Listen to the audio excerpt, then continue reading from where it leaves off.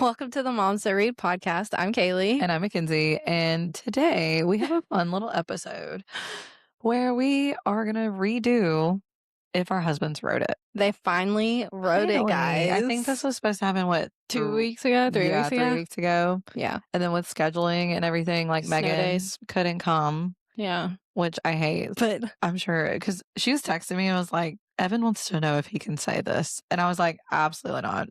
Well, Nope, Evan, this you're is done. my husband. Brandon was doing these last night. And Caleb? he tried to Google one of the names. And I'm like, absolutely not, because it's going to pop up something. Cheating. You are doing this completely blind is what you're doing. And it's going to be great.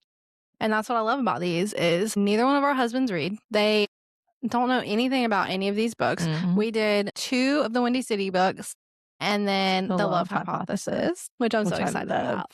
But they don't know what they're talking about. They've never read a romance book or anything. And we did romance specifically because it's February. Correct. Last time we did it, we did some fantasy books too, I think. Yes. It was like your cliche, like Akatar and Fourth Wing. Yeah.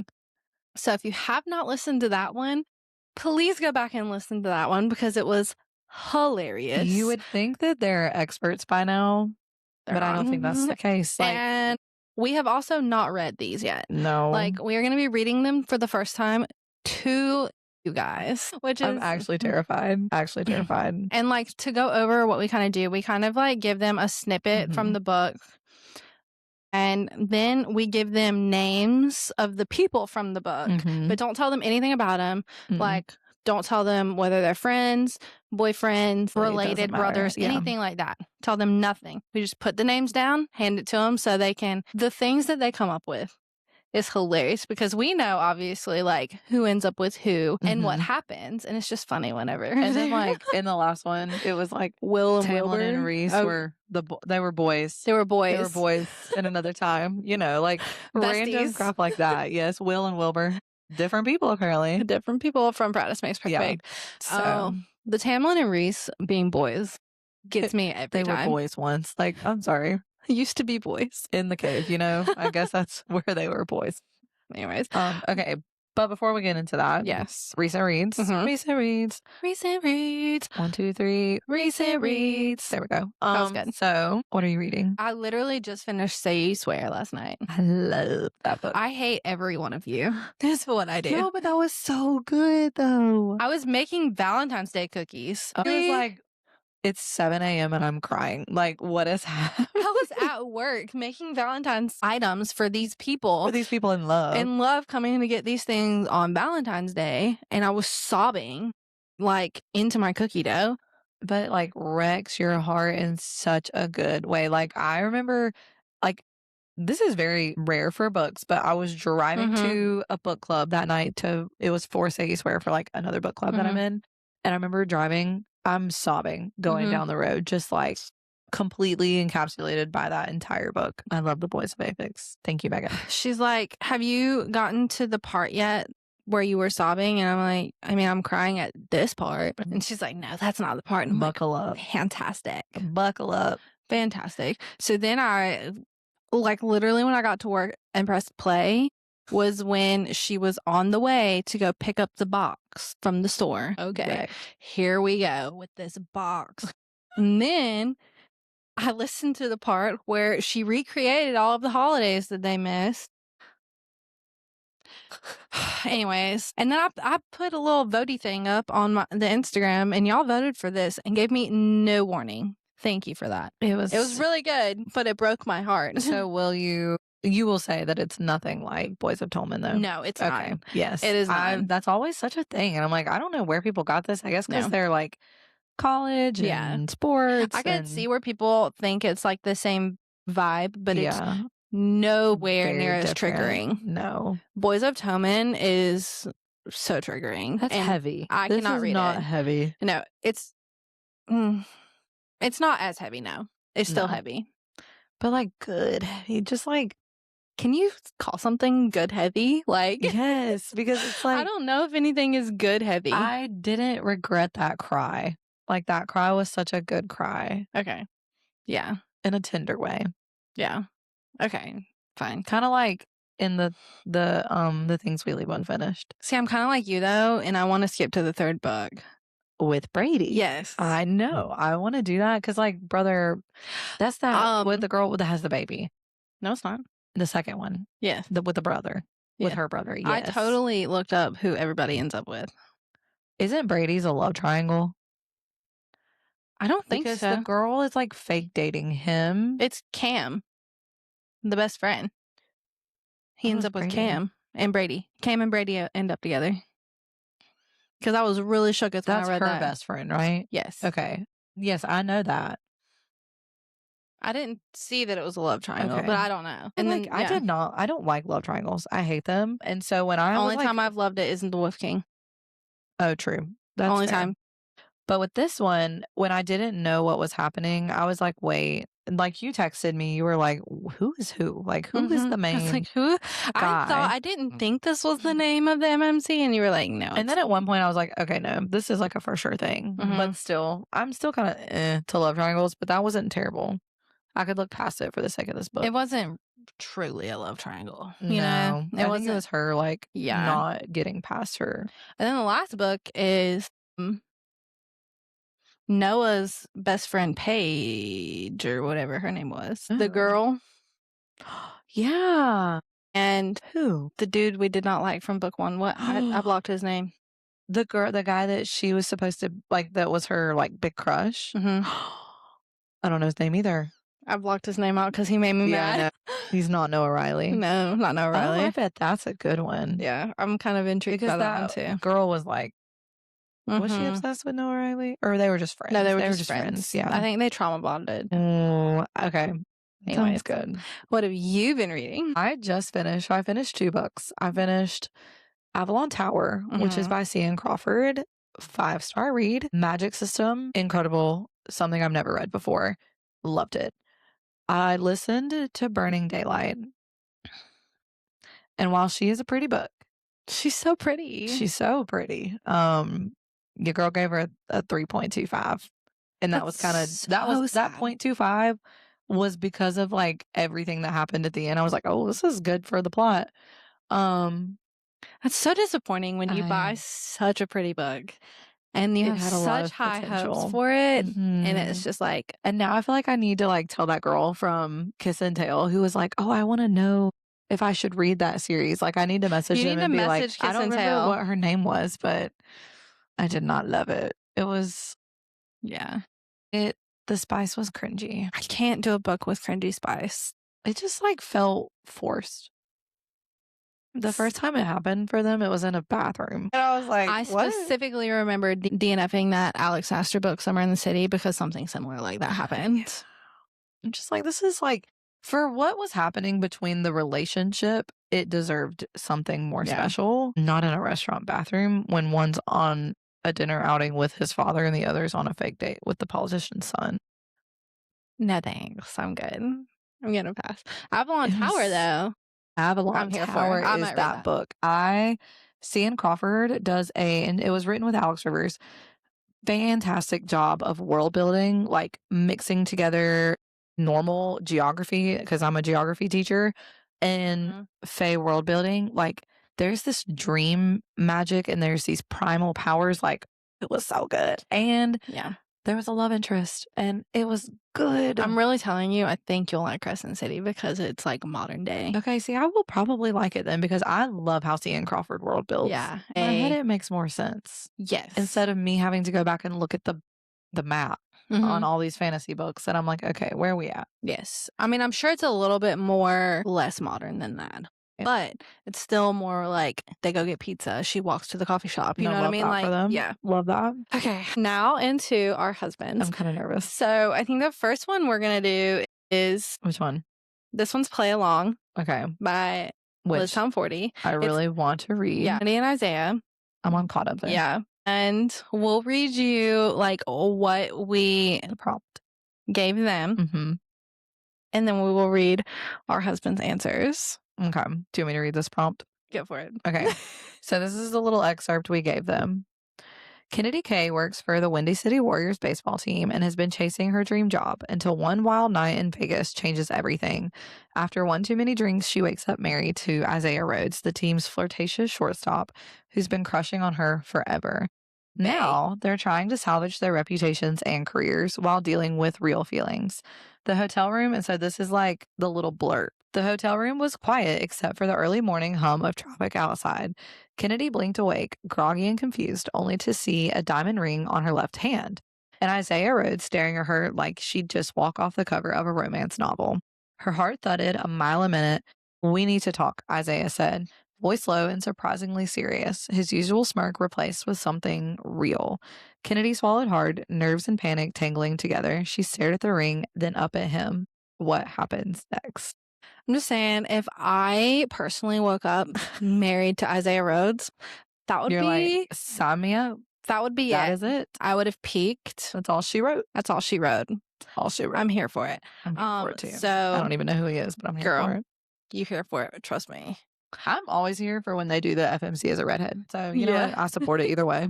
Thank you for your recognition. Okay. Do you want me to read? Yeah, read First? Brandon's. Okay. It's probably way better than Caleb's. My husband has this weird, vivid imagination. He's pretty good at He needs to this. write him a book. No, he does not need to write him a book. He wouldn't even know how to start. If you give him a prompt like this, he's good. Okay, I just imagine him as that meme trying to world build where that guy's like on the whiteboard and he's like all the red lines everywhere. Like, I feel like Brandon would get way too into it and forget where he We was. would be so far into whatever world he created, and then we'd take the sharpest left turn. Like, That's fair. You it know would what? be That so might be a bad. wild ride, though. It would be a wild ride, and he'd get drug, is what he would.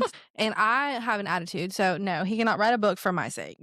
He'd be like, whatever. I'm just gonna go do my thing. Okay. Brandon said, "What happened?" asked Kennedy. "Is this real?" Isaiah responds, "Yes. We got married last night in Vegas." "How? What? How?" asked Kennedy. "Well, we both said, let's do it." Okay.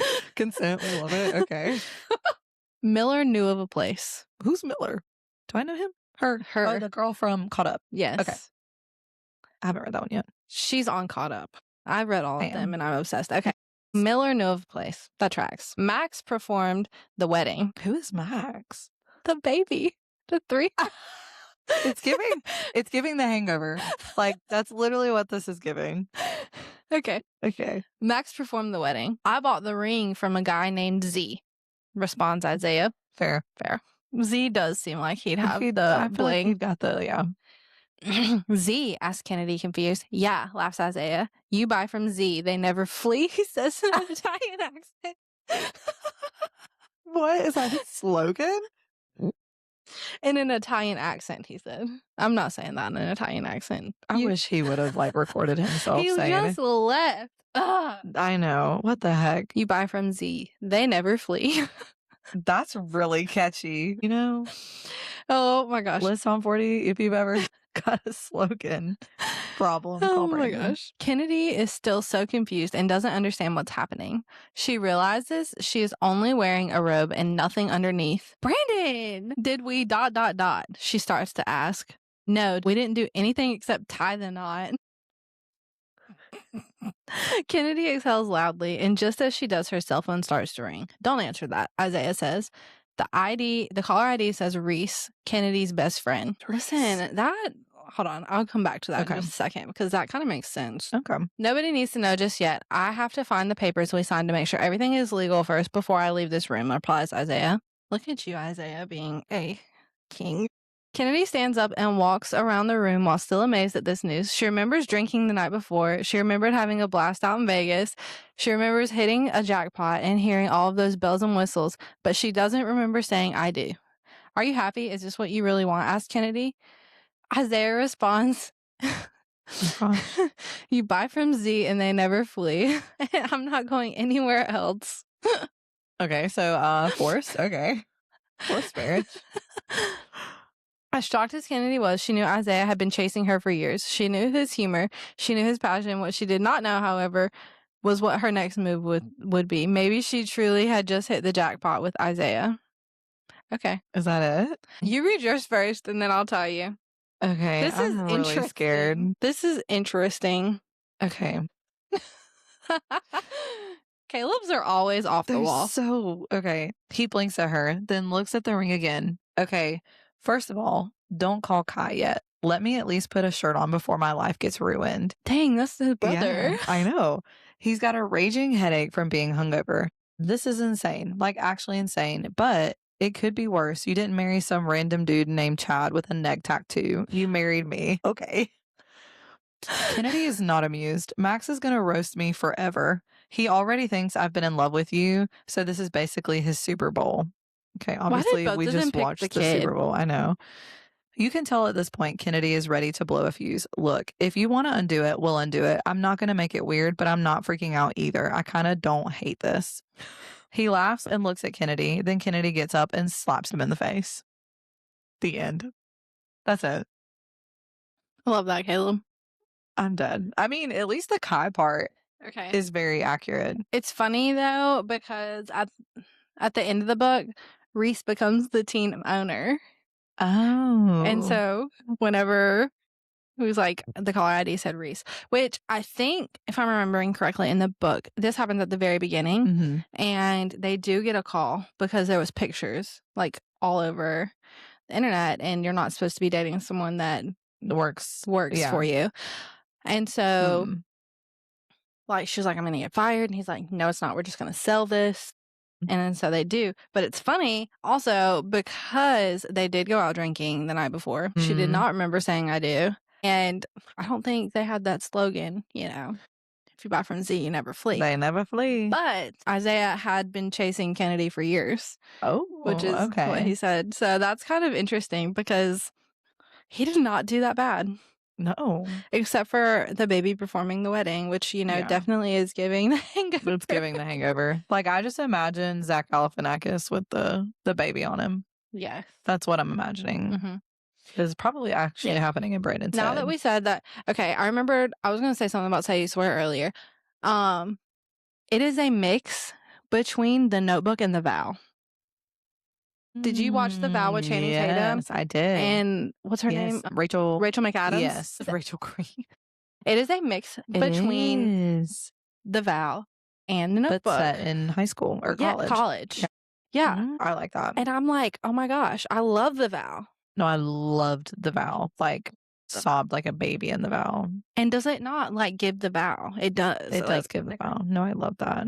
All right. Okay. Now we're on to The Love Hypothesis. So excited for that movie.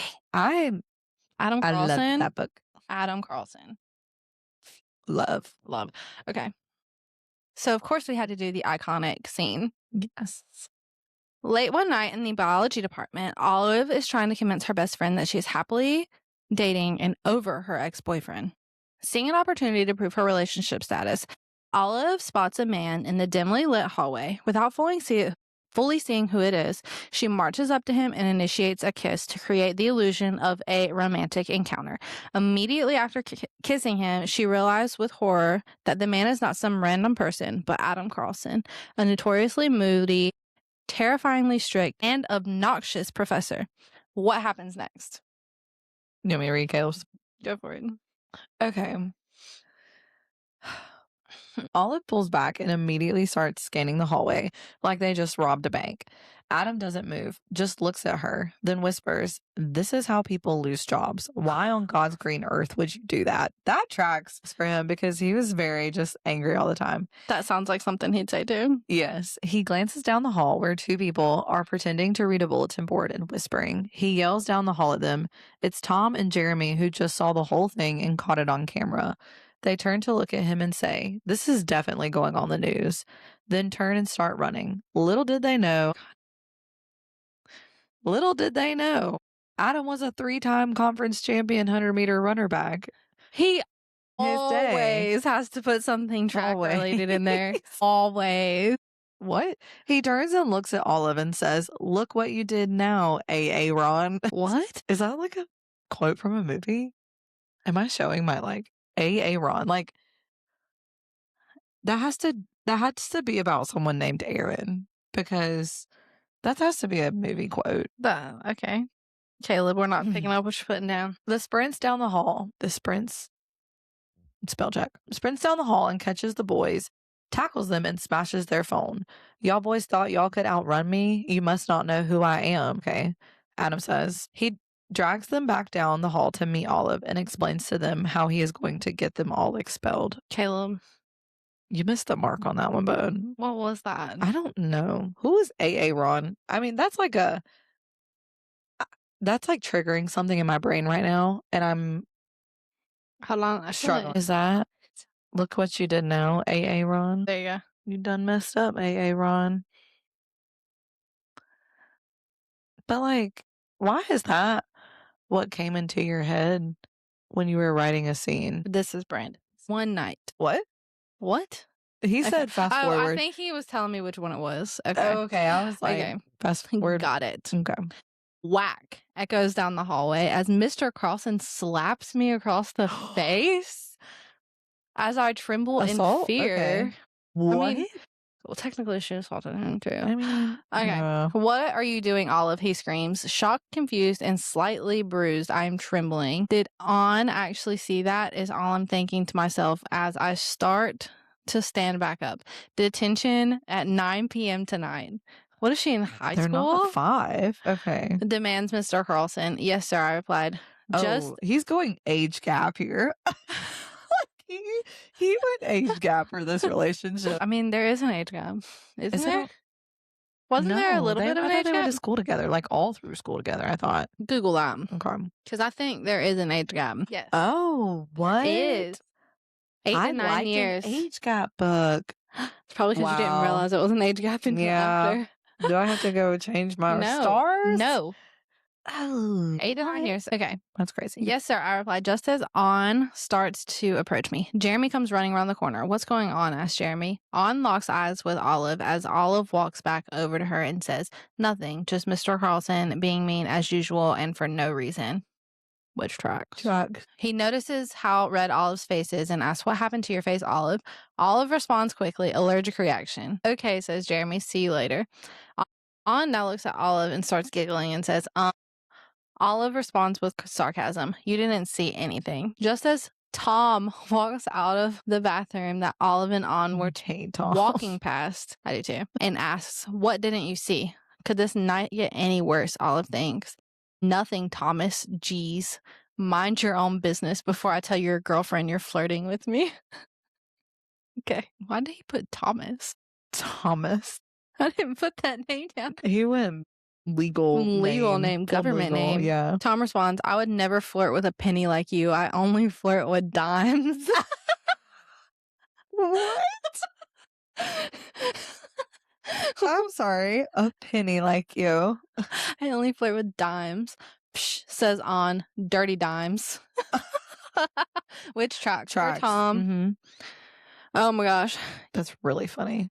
Laughs at the two and tells Tom, she's just kidding. I was telling On that she didn't see me trip over my shoe just now and almost bust my butt. Doesn't that happen almost every day? Jokes Tom. Stop, says Olive. Then the girls continue walking outside of the biology department building and they go their separate ways. Olive stops by her dorm for a quick snack, an Uncrustable, and heads to Mr. Carlson's classroom.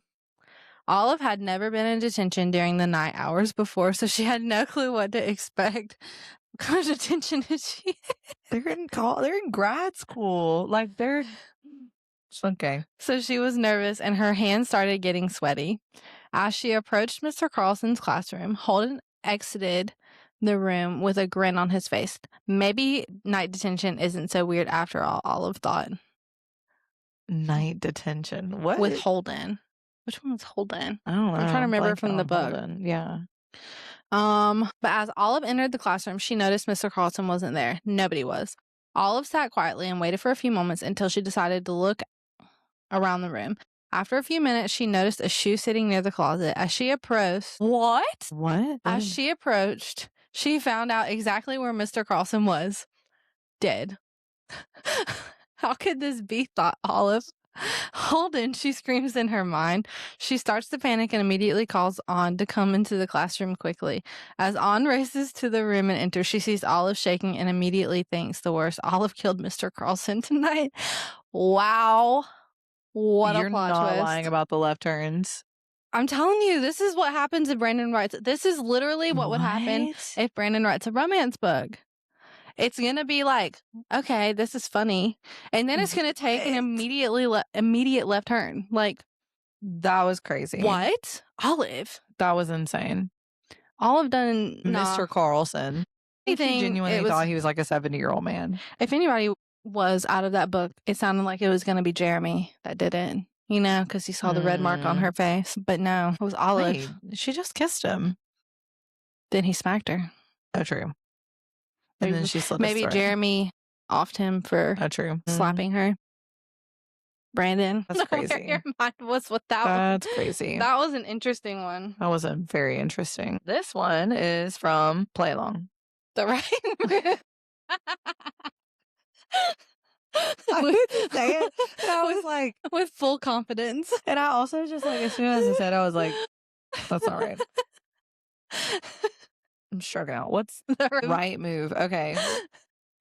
This is what happens when I've been too overstimulated for multiple hours. Okay. This one is from The Right Move, which is my current favorite because I still have only read 2 in the series. And I just absolutely love Ryan Shea. Like top tier boy so far for the year. Until you get to Malachi Rhodes and Isaiah Rhodes. Yeah. Caught up it's on the top of the list to read next. Okay, so here's our little blurb for this. Ryan and Indy have agreed to fake date to help each other out. Ryan needs a distraction from media pressure and Indy needs stability after her breakup. The only problem, Ryan takes this arrangement very seriously and Indy absolutely does not. So this is like a little paraphrased cutoff scene that we did. Indy smiled sweetly at the reporter. Her arm looped through Ryan's as flashes went off around them. So how did you two meet? The reporter asked. Ryan answered immediately, smoothly, like he'd rehearsed. Through mutual friends. Indy nodded along, then added in a very normal way. Ryan glanced down at her, confused. Very normal, she repeated a little too brightly. The reporter tilted her head. Care to elaborate? Ryan squeezed Indy's hand, a silent stick to the plan. Indy inhaled deeply, opened her mouth, and then... Farmersonly.com is what my husband said. Farmersonly.com. Okay. The reporter is stunned. As am I. As am I. Farmersonly.com. You don't have to be lonely at farmersonly.com. Yes. That's literally the only thing in my head right now. Okay. Just unlocked a core memory. It says, you mean the TV jingle farmersonly.com? Yes. Oh, yes. Asked the reporter. Yep, that's the one, says Ryan. Ryan is now furious with Indy for embarrassing him like this. You don't have to be lonely. Oh, gosh. Rings Indy at farmersonly.com, finishes Ryan. So are you Indy? Yes. That was kind of scary. That's so funny. But that's so an indie thing to do. It starts singing that jingle. Yes, it really is. Ryan then excuses his relationship out of the situation and continues walking into the restaurant they were just headed to. Just as they approach Portillo's for their famous chocolate shake. Have you heard of Portillo's? No. It's only they have one in Orlando, and he wants to go so bad. Oh, he's talked about that before. Yes, that's where we were supposed to go when we went. But we never went that night. But he wants to go so bad because they put a piece of like chocolate cake in a shake or something. I don't know. Just as they approach Portillo's for their famous chocolate shake Indy loves so much, they notice Miller and Kai. How did he get that? Oh my gosh. That's freaky. Is it because you listed them together? But still. I put them under each other. I didn't put them under each other. Okay. Hey, Kai, shouts Indy. What's up, Miller time? Asks Ryan. Miller time. Okay. Oh, nothing much. Just enjoyed dinner and some cake, responds Miller. Hope y'all enjoy too. He nods. Then Ryan and Indy open the door and enter Portillo's. The hostess sat them at a table and says, Xander's will be your server tonight. He will be right with you. Oh, Lord. Can you imagine him as a waiter? No. Bless him. Ryan pulls out Indy's chair and Indy sits down and says, you know you don't have to do that every single time. Ryan responds, yes, I do. I'm always being watched. The two notice at least half of the establishment have their phones pointed at Ryan. Even seeing a couple of flashes from accidental pictures of the two. You're right. You're the best basketball player in the world. Everybody wants a shot with you, stud. Wait. It says nothing about him playing basketball. I'm going to have to call him and ask him if he Googled this. It says nothing about him playing basketball. I'm going to call him and ask him if he Googled this because I'm going to beat him if he did. What? Okay. Xander's then makes his way over and introduces himself and asks the tip. I was right beside him when he was writing this, and he didn't have his phone, so I don't know. That's freaky. Xanders then makes his way over and introduces himself and asks the typical server questions and gets them prepared for a delicious evening. Ew, a delicious evening. Andy is excited about dessert. As they start to enjoy their dinner and dessert, Ryan looks up and asks, "FarmersOnly.com? Seriously?" Andy about spits out her delicious chocolate milkshake from laughter. She knew that would make headlines quickly all over the internet. "I'm just trying to get you more sponsorships, buddy." "Thanks," laughs Ryan. And then they enjoyed their desserts together and left the restaurant, and Ryan took Andy back home. Interesting. Listen, I want to call him right now. Please do. Because how did he know that Ryan Shea played basketball? Questions that need answers. Here's Caleb's. So, okay, this is Indy, like, right after she did that. Okay. Indy inhaled deeply, opened her mouth, and then said, "He found me punching a tree at a party with some friends that I may have had a little too much fun at." I did that one time. I'm going to throat punch this man. Like, what? You punched a tree at a party? I did. College got the best of me. So you're Indy. I guess I was. He thinks he's slick putting this in here. Okay. Ryan was caught off guard and let out a loud laugh and said, "That is not how we met." Behind them, Rio bent over laughing. "Mutual friends," Ryan repeated again, trying to stay low key. "Yes, mutual friends." Rio perked up and got in the interview to say, "Shoot or shoot, if you know what I mean." Honestly, that kind of tracks for Rio. That kind of tracks for Rio. That does kind of track for Rio. And didn't they meet through mutual friends? Didn't they say mutual friends? Yes. That's funny. Yes. Okay, so where was that? The reporter was confused. "So it wasn't love at first sight?" Indy gasped. "Oh no, he had to hold me back from beating up that tree." Ryan leaned over, still smiling for the cameras. "You're enjoying this way too much," she whispered back. "You said make it believable." He straightened up. "We're very happy, Indy beamed. "He's thriving. I'm chaotic. It's balance." Which she is chaotic. That tracks. Under his breath, he whispered, "I am dating a gremlin." And she squeezed his arm tighter than she'd just won. That sounds honest. I mean, yeah. That was his best one. Yes. Hey, are you near Brandon? Hold on. He's calling me back. Never mind. Okay. Love you. Bye. Sir, you're being recorded on podcast right now. Oh, my bad. What's up? I'm in a room full of 30 people and 27 kids. How did you know that Ryan played basketball? How did I know that Ryan played basketball? Yeah. I might have looked up a little question. Brayden. Cheater. Is that how you knew Miller and Kyle were together too? No, Miller and Kyle was a complete guess. Okay. I promise. Because complete guess. I tried to find a name that worked good, and Miller and Kyle worked well. So I was like, I'm gonna go with Miller and Kyle as a couple. You had us floored at the Ryan Shea comment. I forget. Is that the one with the on there or something? No, that one was wild. Okay, give me the names of the people. Ryan and Indy, the fake dating, and they had to say FarmersOnly.com. FarmersOnly.com. Yes. Only.com. And they went to the restaurant, yes, and she said that you're the best basketball player. Yeah. Was there a name? What was it? Windy City something? Yes. I looked that up. Windy City Warrior, was that it? Yes. Yeah. I looked up Windy City Warriors, and it told me that he was a famous basketball player. That's all it said. So then I was like, okay, so he plays basketball. So she's like, it's him. Okay. And then that's all it went. And literally, I looked at the names and I was trying to figure out what names sounded good together. And I was like, Miller and Kai sound pretty good together. Okay. I needed an explanation for the basketball thing because I gave you nothing about him playing basketball. Correct. Give me 2 seconds. I'll screenshot my history and send it to you. Okay. All right. Bye. Love you. So he semi-cheated. It's fine. I'll give him Miller. You had us for a minute though. I was like, oh, what? Yeah. I don't know. He got me. I can't. He got me. He did pretty good then. He did do good. Caleb the other day was like, can y'all not do this for a long time? We didn't do it for a long time. I know. That's what I told him. I was like, if we do it again, we'll wait 6 months. like we did last time. Correct. We need you guys to send us some fun things that, whatever you think would be funny for them to do. I really want him to do a scene from Lights Out. Oh my gosh. Caleb wouldn't know what to even start with. That's the point. That's true. That's the point. It might be something that's so out of pocket. Look, hold on. I just got the message with his search history. Oh my gosh. Let's see what he Googled. He said, "Where are Ryan and Indy from?" What? And Google knew what he was talking about? Yeah. That's impressive. Specifically, the Right Move, Ryan Shea and Indy Ivers are both based in Chicago. Ryan is a star NBA player for the Chicago Devils. While Indy is a flight. Where did he see Windy City Warriors? That had to have been. Was that on the one with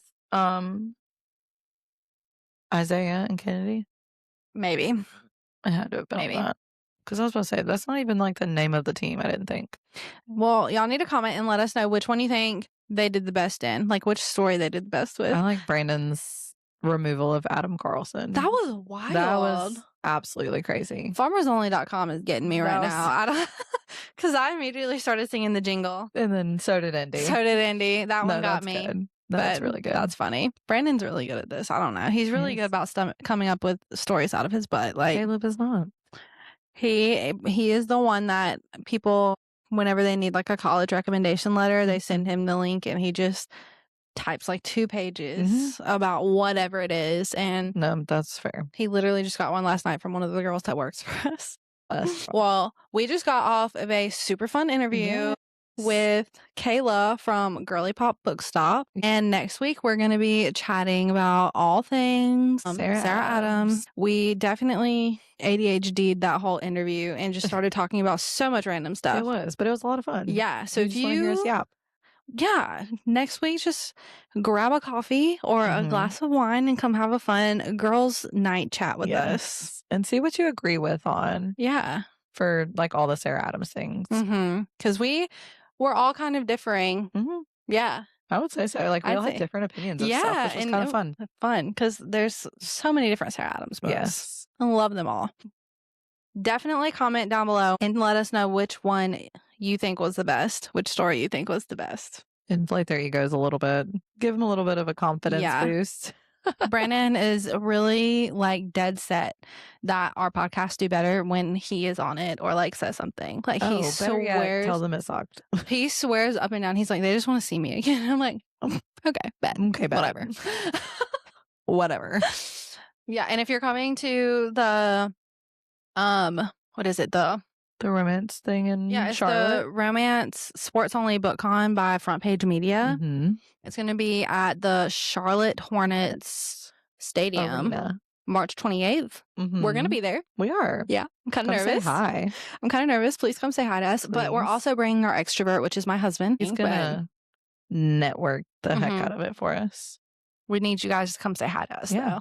For sure. And if you're going, let us know so we can plan and like meet up with you because we are just 2 introverts looking for our extroverts.